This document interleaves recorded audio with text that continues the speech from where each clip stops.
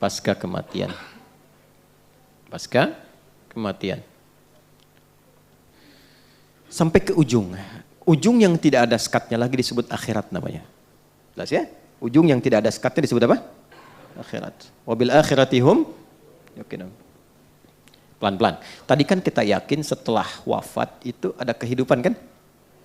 Ini harus terpatri nih. Sebab kalau orang tidak meyakini ini, maka dia merasa hidupnya untuk dunia saja. Ini yang menjadikan seseorang itu memanfaatkan semua kegiatan dunia seperti apa yang dia inginkan. Makanya kalau ditanya, kenapa kok harus mabuk-mabuk begitu? Kapan lagi, kan hidup cuma sekali. Gitu? Setelah ini kan gak ada hidup lagi. Nah itu sebetulnya kata-kata itu sudah terlambat. 15 abad lalu orang jahiliyah sudah punya kata-kata itu. Wa ma yuhlikuna illad dahr. Kita itu hidup cuma sekali. Kalau udah meninggal, udah mati, gak ada lagi kehidupan. Mumpung masih hidup, nikmati bos katanya. Itu udah ada dulu. Kalau ada yang begitu, jahiliyah tuh. Ya, terlambat dia. Ya, barangkali nasabnya Abu Jahal tuh dari atas tuh. Itu ada di Quran bahasanya ada. Makanya ngaji. Ya, kalau ngaji kita bisa bedakan mana yang terlambat, mana yang faktual, gitu kan? Mana yang benar, mana yang kurang tepat. Halo, jelas? Ya. Nah, ini gambarannya nih. Nah, kalau kita yakin, maka kita punya persiapan. Kalau nggak yakin, nggak punya persiapan. Nah, karena kita sadar ada kehidupan setelah kematian dan dimensinya sama atau tidak? Beda. Alamnya sama nggak? Nih, saya mau tunjukkan logika berpikir yang sederhana. Di alam yang sama saja, kalau pindah tempat, pasti butuh bekal kan? Ya, Anda dari rumah ke sini, kalau nggak ada bekalnya bisa nggak ke sini? Nggak mudah. Kendaraan perlu bensinnya, naik motor perlu ada ongkosnya, apalagi pindah lebih jauh lagi. Maaf, sekarang di Jakarta misalnya pengen untuk ke Tanah Suci, dari Tanah Kusir ke Tanah Suci, pengen ke Mekah, pengen ke Madinah. Mungkin nggak berangkat kalau nggak ada bekalnya? Tidak. Sekarang begitu sampai ke Saudi, maaf, mata uangnya sama nggak? Tidak. Geser lagi terus agak lebih jauh ke Amerika. Ke Amerika bisa nggak beli air pakai rupiah? Pakai apa? Dolar. Di Malaysia pakai apa? Hukumnya sama nggak? Tidak. Ke Singapura aja nggak bisa sembarangan, ya kan? Di sini jalan, buang sampah, nggak ada yang lihat, buang. Di Singapura bisa jadi nggak berani. Di Jepang bisa jadi harus ikut sistem kan? Berarti ada hukumnya sendiri, ada aturannya sendiri. Di alam yang sama, cuman beda tempat, beda aturan. Maka sekarang pindah alam. Jadi nggak logis kalau aturannya sama. Pasti beda. Karena itu saat pindah alam, yang dibawa pun dunia itu akan ditinggalkan. Nggak ada yang dibawa. Karena kan judulnya meninggalkan dunia kan. Dan hebatnya diumumkan di speaker di toa-toa. Assalamualaikum warahmatullahi wabarakatuh. Inna lillahi wa inna ilaihi telah meninggal. Nah, meninggal dunia itu maksudnya meninggalkan dunia seutuhnya. Jadi semua hukum-hukum dunia termasuk di dalamnya dan bekal-bekal dunia nggak akan dibawa. Ya, Anda sekarang mau kerja sekeras-kerasnya, berangkat gelap, pulang gelap, macam-macam kumpulkan harta, dapat mobil banyak, rumahnya luas dan mewah. Begitu masuk ke alam kubur, mobilnya ikut nggak? Handphonenya ikut. Tuh yang dipakai ngerekam-rekam tuh. Fotonya ikut nggak? Man rebuka jamaah Ustaz Adi, nih buktinya. Nggak bisa. Nggak bisa. Mama nanti kalau masuk ke alam kubur, tolong handphonenya dikuburin tapi setelin morotal dulu ya. Pulsanya kirimin tiap pekan. Nggak bisa tetap. Nggak ada yang masuk. Bajunya sama nggak dengan sekarang? Ganti. Anda mau kumpulin pun banyak sampai puluhan ratusan tetap yang dipakai beda. Dan hilang semua. Begitu dipaksa dimasukkan rusak. Hancur. Karena bukan tempatnya. Bukan fasilitasnya. Bukan hukumnya. Pindah tempat. Maka pindah hukum. Beda aktivitas, beda perbekalan. Sekarang pindahnya beda alam. Kita masuk ke alam pasca kematian, pasca kehidupan dunia, masuk ke alam kubur. Belum ke akhirat, ya baru dikubur.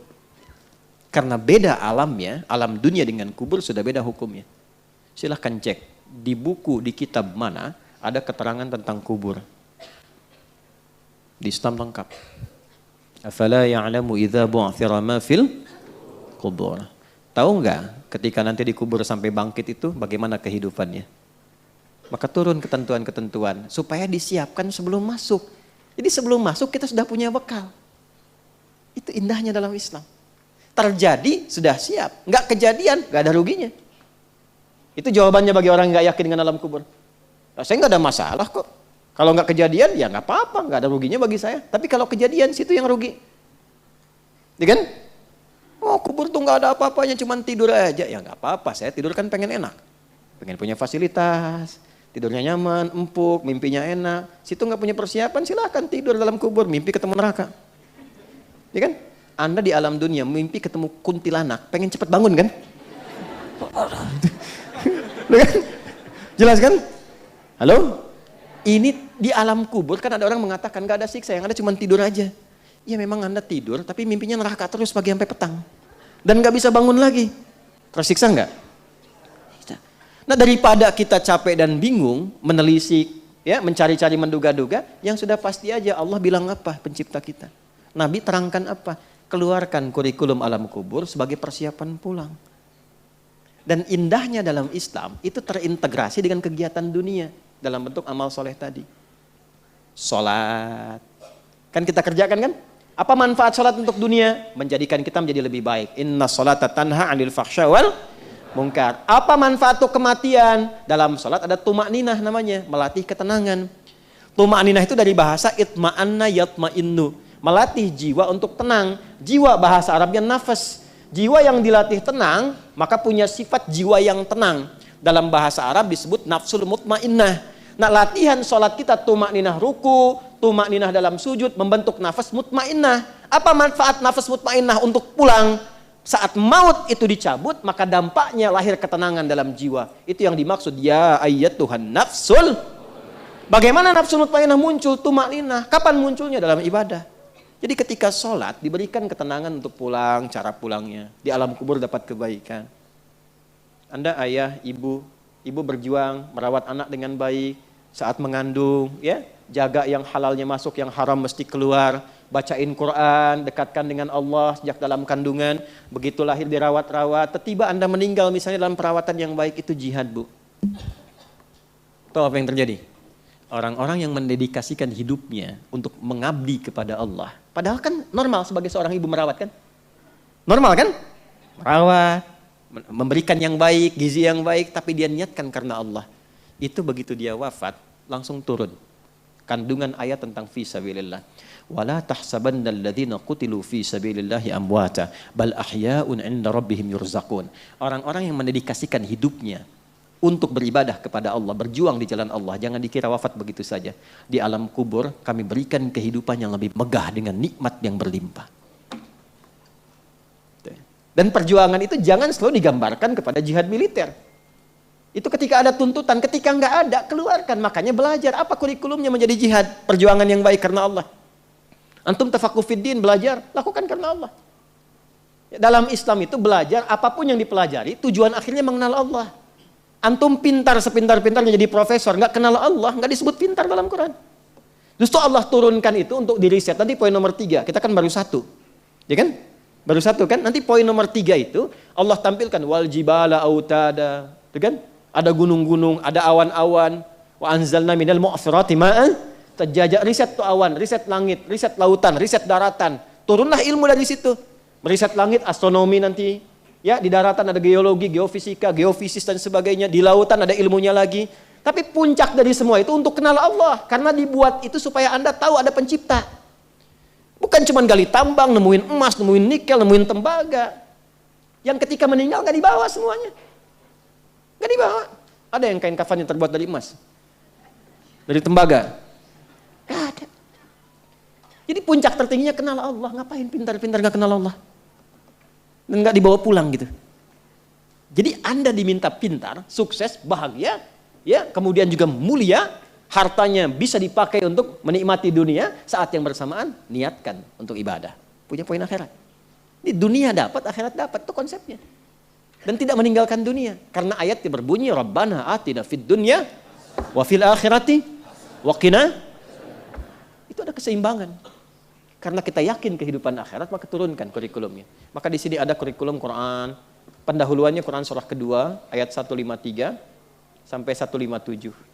Kemudian Quran surah ketiga Ali Imran, ayat 169 sampai dengan ayat 172 misalnya.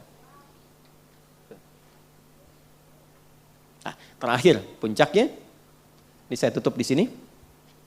Kalau ini kita ingin turunkan dengan cepat sampai ke akhiratnya, maka ada kurikulum, ini langsung kalimatnya dari Allah untuk orang beriman dan bertakwa saja. Kalau Anda termasuk di dalamnya berarti ayatnya untuk kita. Quran surah 59, ayat 18. Ya ayyuhalladzina amanu. Hei semua orang yang beriman. Kita beriman tidak? Insyaallah ya, berarti masuk ya dalam ayat ini ya. Ittaqullah, bertakwalah kepada Allah. Kita termasuk golongan takwa insyaallah. Kalau ya, kita berusaha untuk bertakwa. Perhatikan. Wal tanzur nafsum ma qaddamat. Hendaknya setiap personal, setiap diri yang merasa beriman dan ingin meningkatkan takwa, maka buktikan dengan memiliki program hidup li ghad. Ghad di situ maksudnya sampai akhirat. Jelas? Bikin kurikulum sampai akhirat. Nah, cara cepatnya turunkan kurikulum akhiratnya ke bumi, lalu tunggangi itu sampai wafat, gampangnya begitu. Nah, akhirat itu tadi saya katakan, ini secara singkat nih saya mau tutup, akhirat itu kan ujung sesuatu yang nggak ada lagi setelah itu. Ini papan tulis nih ujungnya nih. Misalnya nggak ada lagi setelah ini, maka ini akhirat namanya. Akhir dari sesuatu yang sudah pada ujungnya. Kehidupan kita akan berada di satu tempat yang itu ujung dari sesuatu. Setelah itu nggak ada kehidupan lagi. Dunia pindah ke alam kubur, waiting room ya. Makanya disebut barzakh, pemisah, waiting room. Setelah itu kemana? Nah, cuman dua akhirnya. Imma surga, jannah, atau neraka nar. Yang di sini sementara araf. Orang cerdas, orang sehat pengen kemana? Enggak. Jadi kalau ada orang yang mudah menganggap neraka, ringan mengatakannya, bahkan mengatakan ya nggak apa-apalah di neraka juga, ini ketemu ini juga. Nah, ini menunjukkan bahwa ada sesuatu yang tidak sehat dalam jiwanya. Dan orang yang nggak sehat jiwanya lebih berbahaya dibandingkan orang yang nggak sehat fisiknya.